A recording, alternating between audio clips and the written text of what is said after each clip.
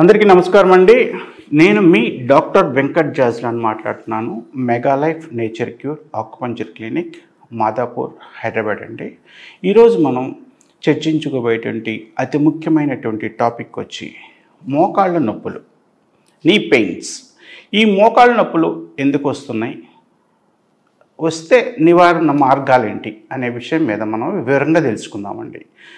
నీ పెయిన్స్ ఈరోజు అండి ప్రజల్లో విపరీతంగా బాధపడుతున్నటువంటి సమస్యల్లో మోకాళ్ళ నొప్పులు అనేది ప్రాథమికంగా వస్తుందండి. మనకి 70 నుంచి 80% మంది మన ప్రజలు విపరీతంగా బాధపడుతున్నారండి ఈ మోకాళ్ళ నొప్పులతోటి.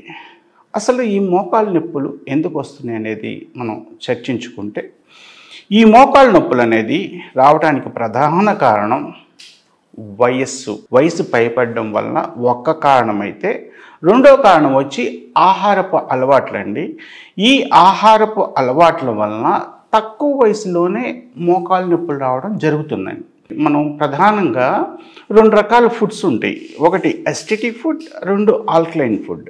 ఆల్కలైన్ ఫుడ్ అంటే ఆకుకూరలు, కాయగూరలు, పప్పు దినుసులు, ఇటువంటి ఆల్కలైన్ ఫుడ్ అండి. వీటిలో కూడా మనకి యాసిడ్స్ అనేవి కొంతవరకు జనరేట్ అవుతాయి. అసిడిక్ ఫుడ్ ఎక్కువగా తీసుకుంటాం మనం. ఈ రోజుల్లో 20% ఆల్కలైన్ ఫుడ్ తీసుకుంటూ 80% అసిడిక్ ఫుడ్ తీసుకోవడం జరుగుతుంది. అసిడిక్ ఫుడ్ అంటే నాన్ వెజ్, బిర్యానీలు, బజ్జీలు, బోండాలు, తర్వాత మనకి బేకరీ ఐటమ్స్, ఈ విధంగా యాసిడ్స్ ఎక్కువగా జనరేట్ అయ్యేటువంటి ఫుడ్స్ తీసుకుంటుంటామండి. దీనివల్ల ఏమవుతుందంటే మనకి యూరిక్ యాసిడ్ ఎక్కువగా జనరేట్ అవుతుంది.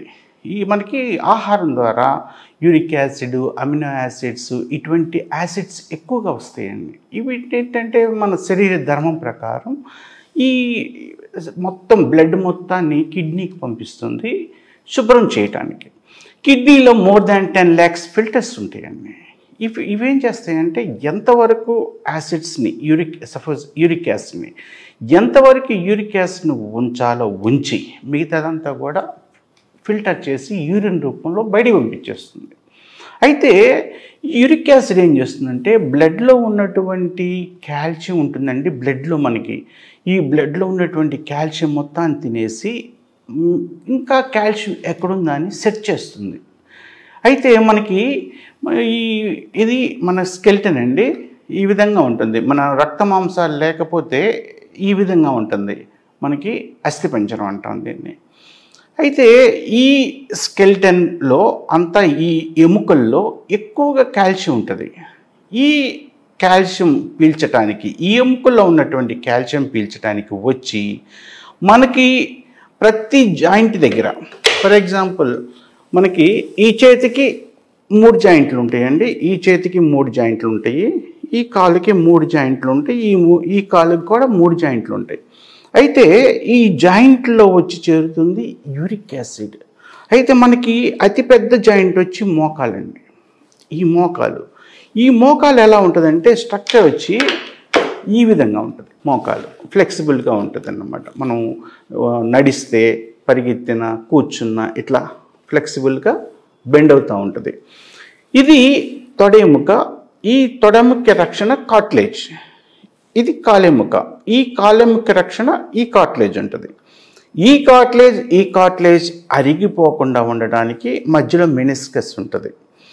ఎప్పుడైతే యూరిక్ యాసిడ్ వచ్చేసి ఈ జాయింట్లో చేరిందో, మనం చాలామంది అధికంగా సాల్ట్ కూడా తీసుకుంటారండి. దానివల్ల కూడా యూరిక్ యాసిడ్ ఫామ్ అవుతుంది. అవంతా వచ్చేసి ఈ జాయింట్లో ఉన్నటువంటి ఇక్కడ గుజ్జు ఉంటుంది మనకి, సైనోయిల్ ఫ్లూయిడ్ అంటాం. ఈ సైనోయిల్ ఫ్లూయిడ్ ఈ గుజ్జుని ఏం చేస్తుందంటే ఫస్ట్ డ్రై చేసేస్తుంది. అంటే మెనిస్కస్ని, ఆ గుజ్జుని డ్రై చేసేస్తుంది. అంటే తినేయడం అంటాం మన భాషలో చెప్పాలంటే. ఎప్పుడైతే ఇవి తినేసిందో ఇలా ఉండాల్సిన మోకాళ్ళు ఏమవుతుంది, గ్యాప్ తగ్గిపోయి ఇలా వచ్చేస్తాయి. ఇలా గ్యాప్ తగ్గిపోయింది. మనకి శరీర బరువు మొత్తం కూడా మోకాళ్ళ మీద ఆధారపడి ఉంటుందండి.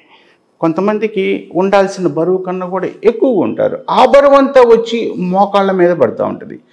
దానివల్ల ఏమవుతుందంటే రాపిడి జరిగి ఇక్కడ ఉన్నటువంటి కార్టిలేజ్ అరిగిపోతుంది.